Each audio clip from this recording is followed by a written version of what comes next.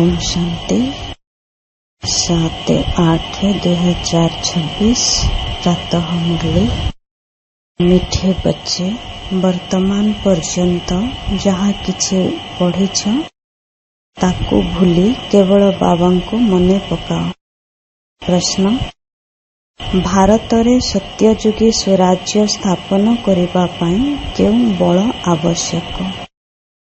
उत्तर, पवित्रतार बल। तुमे सर्वशक्तिवान बाबांको सहित जोग लगाई पवित्र हेउछ।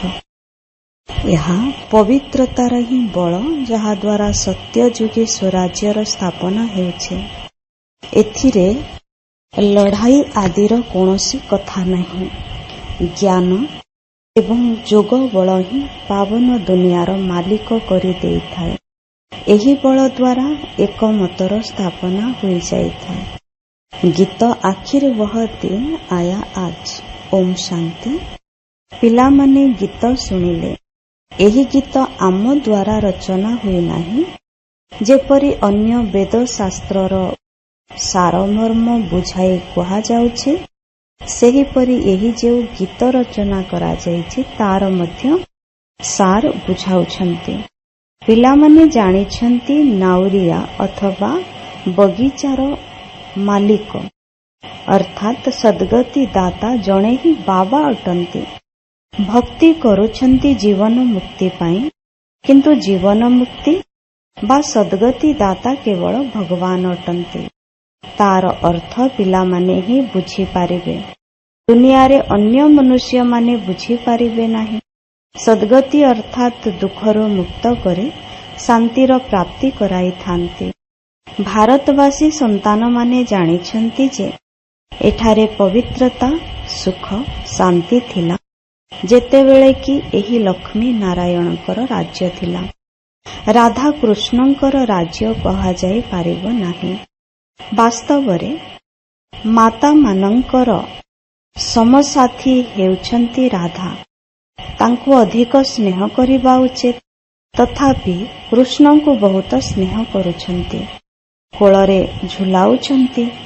कृष्णଙ୍କ जन्माष्टमी मध्य पालन करुछन्ति। राधा को जयंती पालन करू नाहंती। वास्तवरे उभयंकर पालन करिबा दरकार। किछि हेले बुद्धिरे नाही। तांकर जीवन कहानी को तो केही जानि नाहंती। बाबा आसी निजर ओ समस्तंकर जीवन कहानी सुनाउछन्ति। मनुष्य माने कहउछन्ति मध्य शिव परमात्मा नमः, किंतु तांकर जीवन कहानी को जानि नाहंती। मनुष्यंकर जीवन कहानी को इतिहास भूगोल कुआ जाउछे। दुनियार इतिहास भूगोलर तो गान करा जाउछे ना। केते ग्राम ओ सहर रे राजत्व करुथिले, केते भूखंड रे राजत्व करुथिले, किपरि राजत्व कले, पुणी से माने कुआडे गले, किंतु एही इतिहास भूगोल कथा केही जानि नांती। तुम मानंको भल भावरे बुझा जाउछे। रचयिता ओ रचनार ज्ञान पिला मानंको बुझाउछन्ति। तुम संतान मानंको जणा पड़ी गलाणी जे वास्तवरे एबे कली जुगर अंत समय ओ सत्य जुगर आदि समय अटे। संगमरे ही परमपिता परमात्मा आसी मनुष्य को पतितरु पावन देवता कराउछन्ति।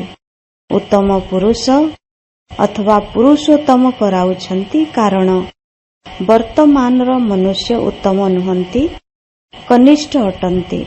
उत्तम मध्यम कनिष्ठ अर्थात सतगुणी रजगुणी तमगुणी होइथांती। जे भल भावरे ज्ञान शुणिबे तांकु सतगुणी कुहाजिबो। जे अल्प शुणिबे तांकु रजगुणी कहिबे। जे शुणु ही नाहंती तांकु तमगुणी कुहाजिबो। विद्या अध्ययन रे मध्य एपरि होइताय। तुम संतान मानंकु सतो प्रधान विद्या अध्ययन आवश्यकता रहिछे। सेथिपाई तुमको सतो प्रधान लक्ष्मी नारायण हेबा पाई ज्ञान दिया जाउछे। नररु नारायण तथा नारीरो लक्ष्मी हेबाकु हेबो। ଗୀତା ପାଇଁ ମଧ୍ୟ ତୁମେ କହୁଛ ଯେ ଏହା ହେଉଛି ସତ୍ୟ ଗୀତା।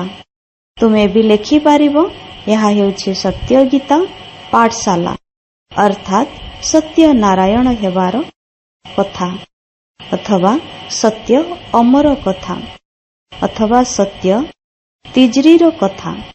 ସବୁ ଚିତ୍ର ତ ତୁମ ପାଖରେ ଅଛି।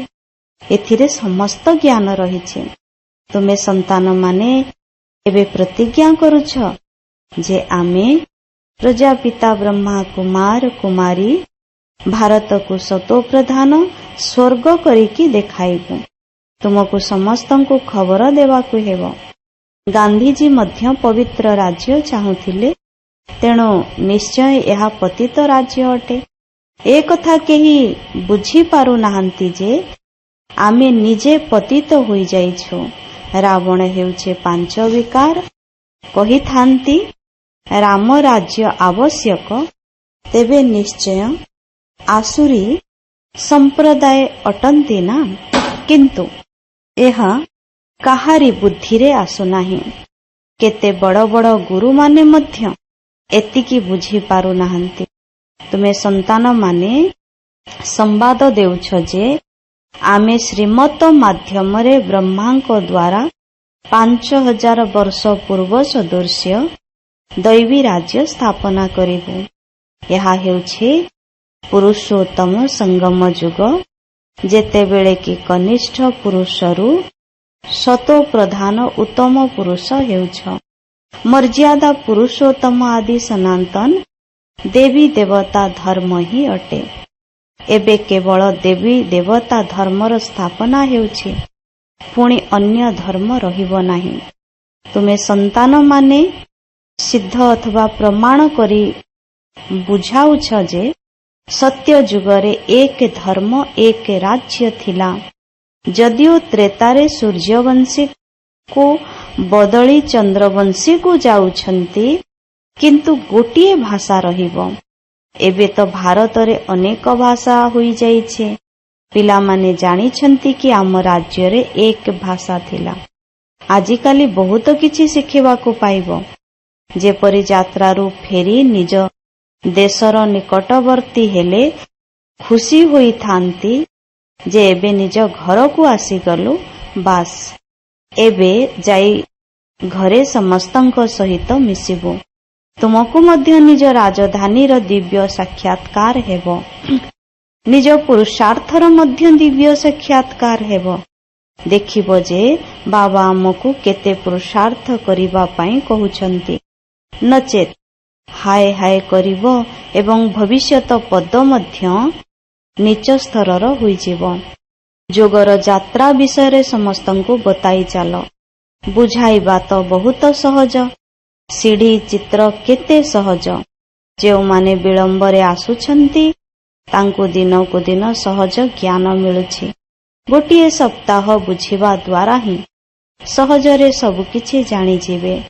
ଏପରି ଚିତ୍ର ତିଆରି କରାଯାଇଛି ଯେଉଁଥିରେ ସଠିକ ଭାବେ ବୁଝାଇ ଦିଆଯାଇଛି 84 ଜନ୍ମର ଚକ୍ର ସମ୍ପୂର୍ଣ୍ଣ ଠିକ ଅଟେ। ଏହା ଭାରତବାସୀଙ୍କ ନିମନ୍ତେ ଉଦ୍ଦିଷ୍ଟ। ତୁମେ ସନ୍ତାନମାନଙ୍କ ବୁଦ୍ଧିରେ ସବୁ ଜ୍ଞାନ ରହିଛି। ତୁମେ ଜାଣିଛ ପତିତ ପାବନ ସଦ୍ଗତି ଦାତା ଶିବ ବାବାଙ୍କର ମତରେ ଆମେ ପୁନର୍ବାର ସହଜ ରାଜଯୋଗ ବଳ ଦ୍ୱାରା ନିଜର ତନ ମନ ଧନ ଦ୍ୱାରା ଭାରତକୁ ସ୍ୱର୍ଗ କରୁଛୁ। ଅନ୍ୟ କାହାର ଧନ ଆମେ ଏଥିରେ ଲଗାଉ ନାହୁଁ।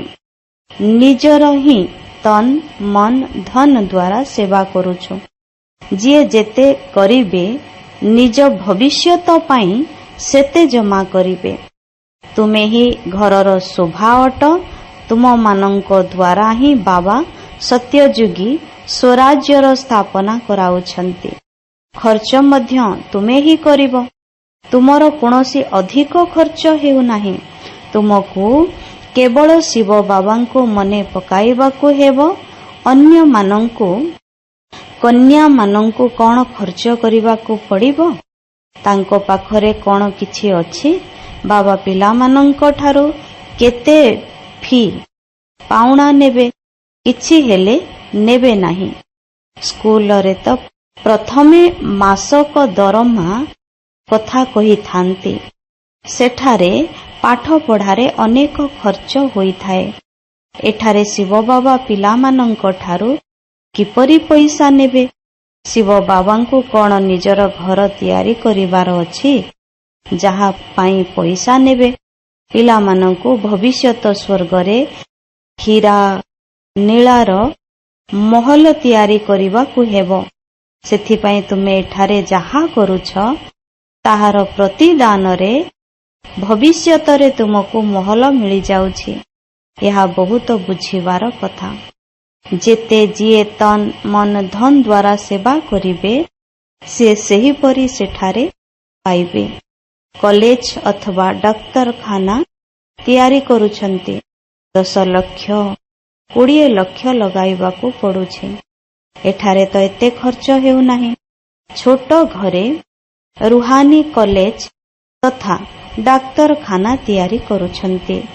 ପାଣ୍ଡବମାନଙ୍କର ଆଦିପତି କିଏ ଥିଲେ? ସେମାନେ ତ କୃଷ୍ଣଙ୍କର ନାମ ଲେଖିଦେଇଛନ୍ତି। ବାସ୍ତବରେ ହେଉଛନ୍ତି ନିରାକାର ଭଗବାନ। ତୁମକୁ ଭଗବାନ ଶ୍ରୀମତ ଦେଉଛନ୍ତି।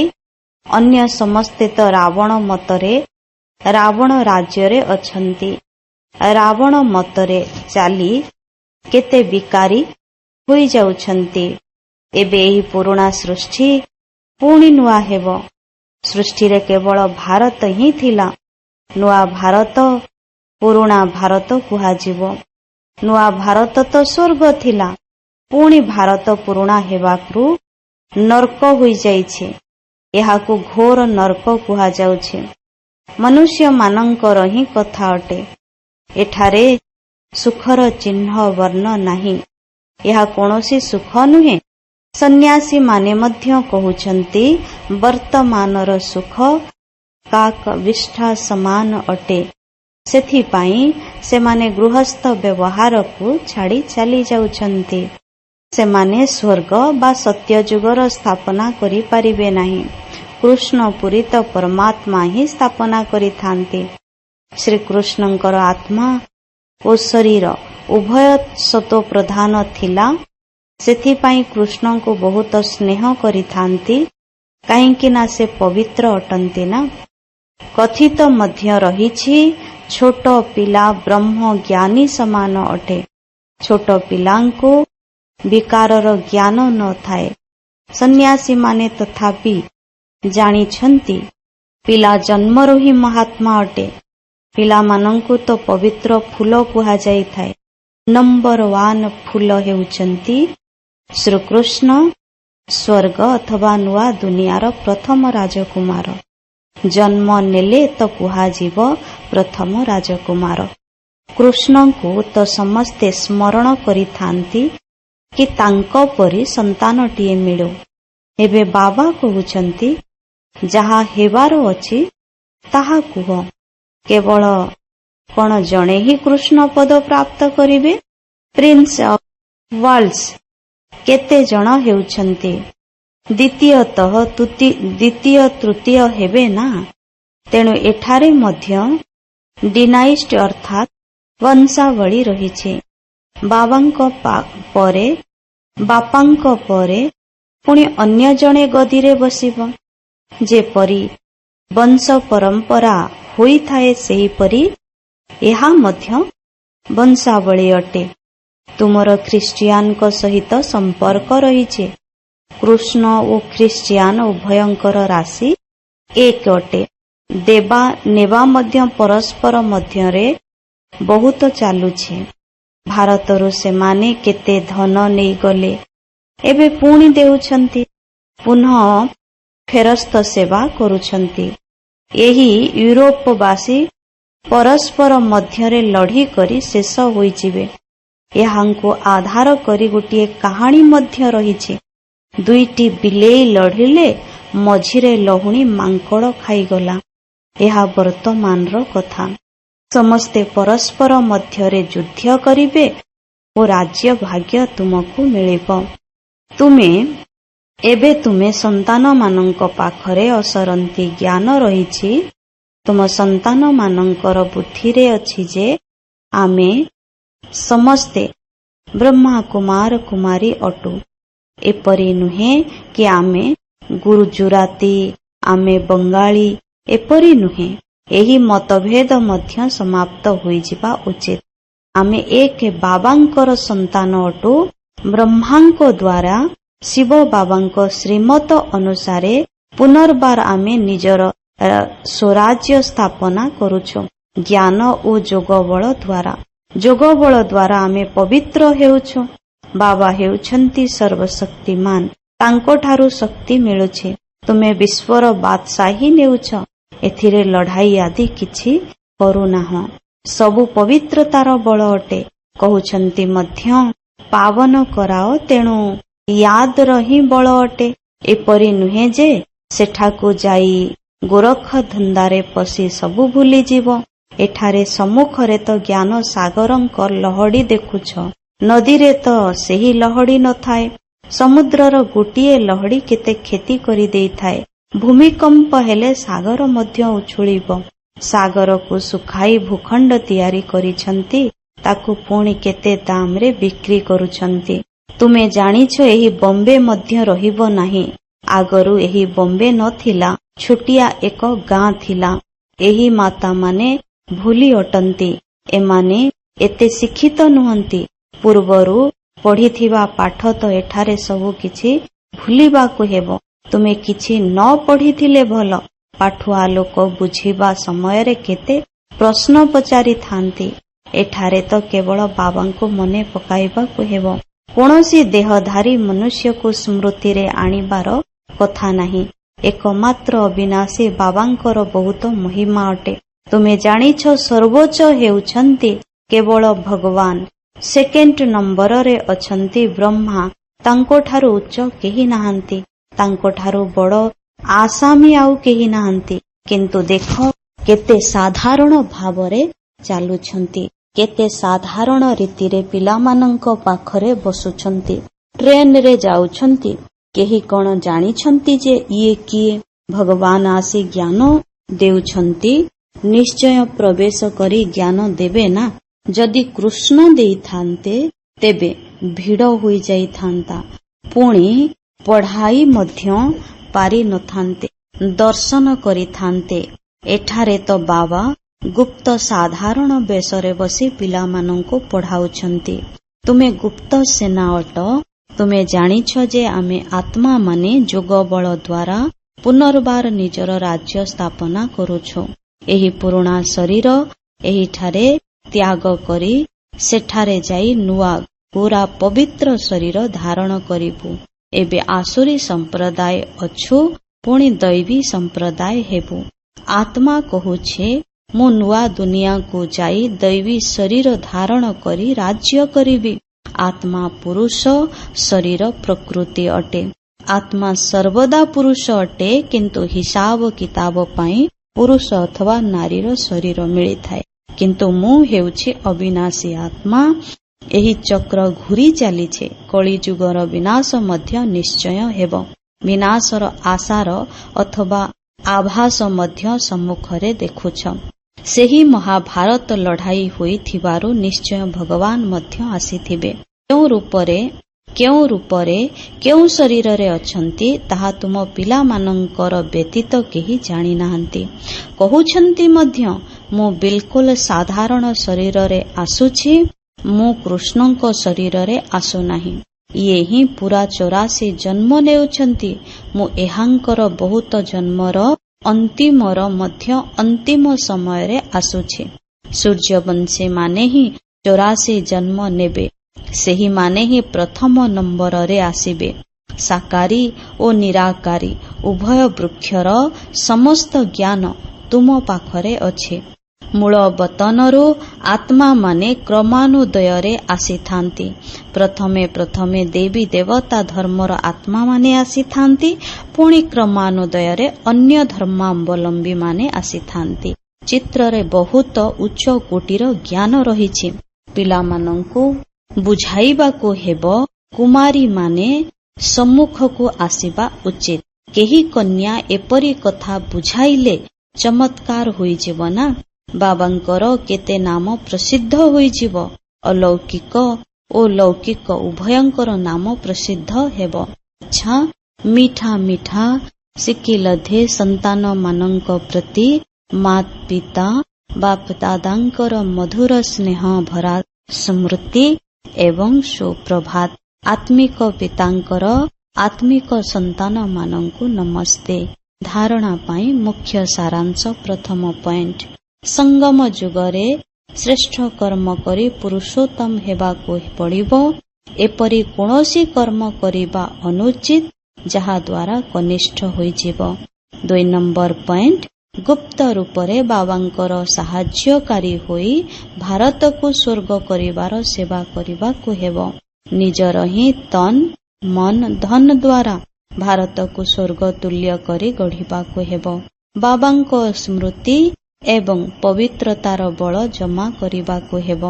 ବରଦାନ, ନିଜର ସମ୍ପୂର୍ଣ୍ଣ ସ୍ଥିତି ଦ୍ୱାରା ସର୍ବ ପ୍ରକାରର ଅଧୀନତାକୁ ସମାପ୍ତ କରୁଥିବା ପ୍ରକୃତି ଜିତ୍ ଭବ। ବିସ୍ତାର, ଯେତେବେଳେ ତୁମେମାନେ ନିଜର ସମ୍ପୂର୍ଣ୍ଣ ସ୍ଥିତିରେ ସ୍ଥିତ ହୋଇଯିବ, ସେତେବେଳେ ପ୍ରକୃତି ଉପରେ ମଧ୍ୟ ବିଜୟ ଅର୍ଥାତ୍ ଅଧିକାରର ଅନୁଭବ ହେବ। ସମ୍ପୂର୍ଣ୍ଣ ସ୍ଥିତିରେ କୌଣସି ପ୍ରକାରର ଅଧୀନତା ରହିନଥାଏ। କିନ୍ତୁ ଏହିଭଳି ସମ୍ପୂର୍ଣ୍ଣ ସ୍ଥିତିକୁ ନିର୍ମାଣ କରିବା ପାଇଁ 3ଟି କଥା ଏକା ସାଥିରେ ହେବା ଦରକାର। ପ୍ରଥମ, ଆତ୍ମିକ ସ୍ଥିତି। ଦ୍ୱିତୀୟ, ଆତ୍ମିକ ନିଶା। ତୃତୀୟ, ଦୟାଳୁ ସ୍ୱଭାବ। ଯେତେବେଳେ ଏହି 3ଟି କଥା ପ୍ରତ୍ୟକ୍ଷ ରୂପରେ ସ୍ଥିତରେ ଚେହେରାରେ ବା କର୍ମରେ ଦେଖାଯିବ, ସେତେବେଳେ କୁହାଯିବ ପ୍ରକୃତି ଜିତ୍ ବା ଅଧିକାରୀ ଆତ୍ମା।